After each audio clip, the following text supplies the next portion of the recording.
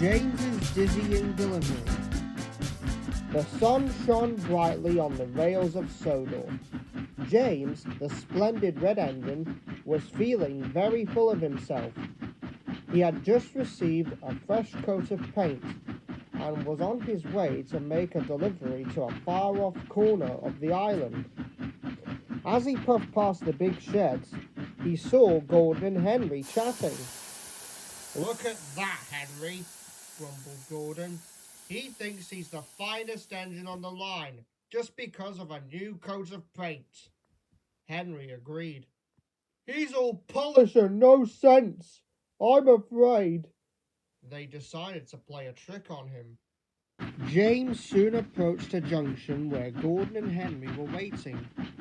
He was feeling so proud, he didn't bother to ask for proper directions from a signalman. "Which way to my delivery?" he puffed grandly. "I have no time to get lost." Gordon winked at Henry.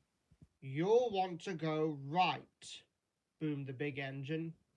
Henry, in on the joke, quickly added, "Don't listen to him, James. You'll want to go left." James, confused and flustered, didn't want to admit he was unsure. "Well, I know the way," he puffed, and without thinking, he took the left-hand line. At first, everything seemed normal. The trees, the hills, the tracks, all looked the same. But soon, James began to notice little things were wrong. The stations were not the ones he knew. The hills were steeper and the trees were thicker. He was on an old line that was rarely used. He refused to ask for help, telling himself he knew where he was going. But his boiler felt heavy with worry. Finally, he came to a stop. He was in a deep valley on a track that ended abruptly. There was no station, no signal, just a thick forest and a dead end.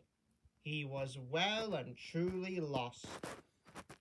He looked around in utter bewilderment, his wheels feeling weak.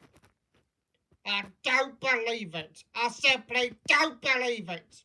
What's going on?" he puffed to himself, his voice echoing in a quiet valley. He felt as though he was in a dream, or perhaps some kind of elaborate joke. He looked at his driver and fireman, then back at the trees, his thoughts racing. "Am I being filmed? This must be a trick for a story," he muttered, completely bewildered. Just as he was about to give up all hope, he heard a friendly whistle. It was Thomas, who was on his way back from a special job down a seldom used track. He was surprised to see James looking so forlorn. "James," whistled Thomas, "what are you doing all the way out here?" James, too ashamed to tell the full story, simply said, "I seem to have lost my way." Thomas, being a good friend, didn't laugh. He gently guided James back to the main line. And as they went, James saw Gordon and Henry in the distance, laughing about their clever prank.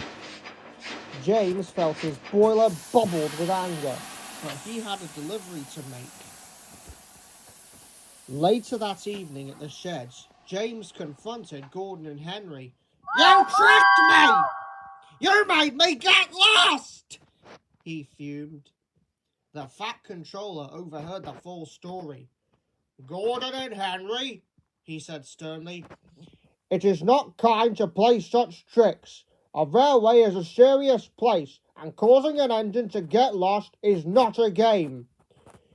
You will both be shunting trucks for the rest of the week." James too learned a lesson. He learned that being proud and impatient can lead to a lot of trouble, and that it's always better to listen and ask for help to get lost in a world